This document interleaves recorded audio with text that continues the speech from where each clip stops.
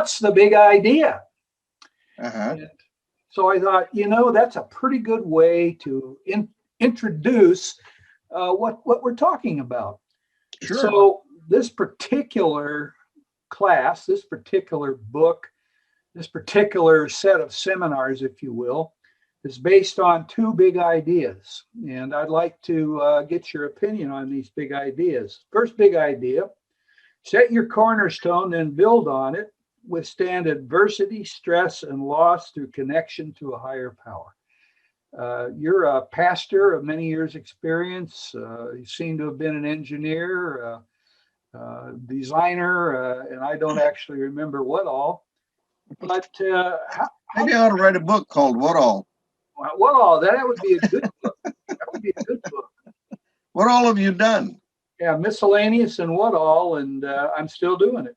Right. So, but in what way does setting our cornerstone on Jesus help us withstand adversity, stress, and loss? How does connection to a higher power affect that? Well, first off, if you don't recognize that there's anything greater than yourself, then all the burdens of life are on you. Yeah. It's just bottom line, and you've got to come up with the solutions and think you can solve everything. Well, that's pretty arrogant if you stop to think about it, is that when someone believes that they can resolve or solve or do anything, then that's very stressful.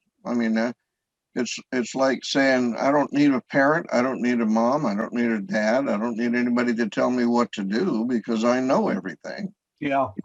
And it's a little frightening, isn't it? Well, it is. It's very frightening because then you have taken on the entire world, which is overwhelming.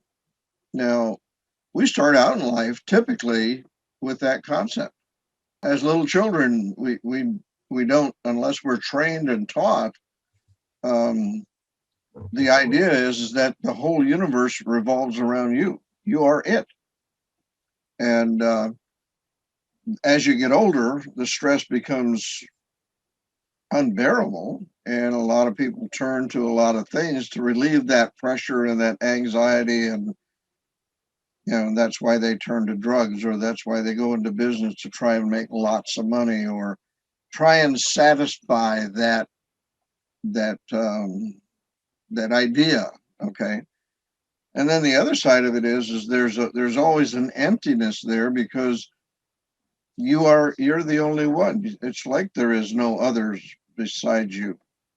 And that creates an empty void, which is the other side of it. So you either think that you're great and you can do everything, or you have this void. And that's the struggle that we have. That's why people struggle with addictions. No matter what the addiction is, it's not matter whether it's drugs or alcohol or sex or business, or there's people who are even addicted to scriptures or books or fantasize about many different things. So you can be addicted to just about anything, even the things that on the face of it are good, if you go too far with it, if you forget to maintain a balance. Yeah, it's like prime rib steak is good, but if you eat it every day, it's not going to be good for you. Many people try to put their cornerstone or use a number of different things, money, career. I think you mentioned sex as your cornerstone. Right. But Jesus is the only cornerstone that really works. And that is one of the key points of this whole series of classes, that Jesus is the only cornerstone. And he is the only cornerstone, but you can't make it by himself, because there is the Father, Son, and the Spirit. Right. And some people try to make God alone the cornerstone. Some try to make the Holy Spirit the cornerstone, and some try to make Jesus the cornerstone.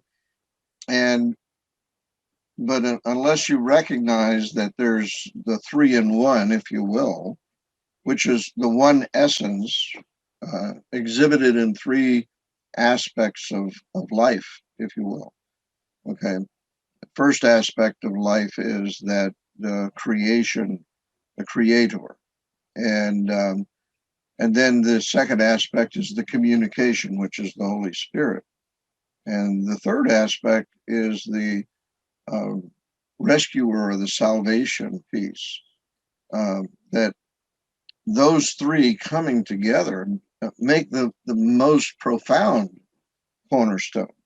This is why I've kind of formed a theory that at the creation, I believe all three were there. Absolutely. Genesis speaks of the Spirit moving on the face of the water. The Gospel of John begins with a definite assertion that Jesus was at creation. And then, of course, the relationship that was severed was with the Father. And I suspect that there was a great cry of agony that went up from all three of them once they realized that the relationship was severed. So what we're trying to do is bring people back to that cornerstone, to the Godhead through Jesus. That's our entry. Well, even in Genesis, it says that let us go and make man Right. in Let us our make man in our image. image.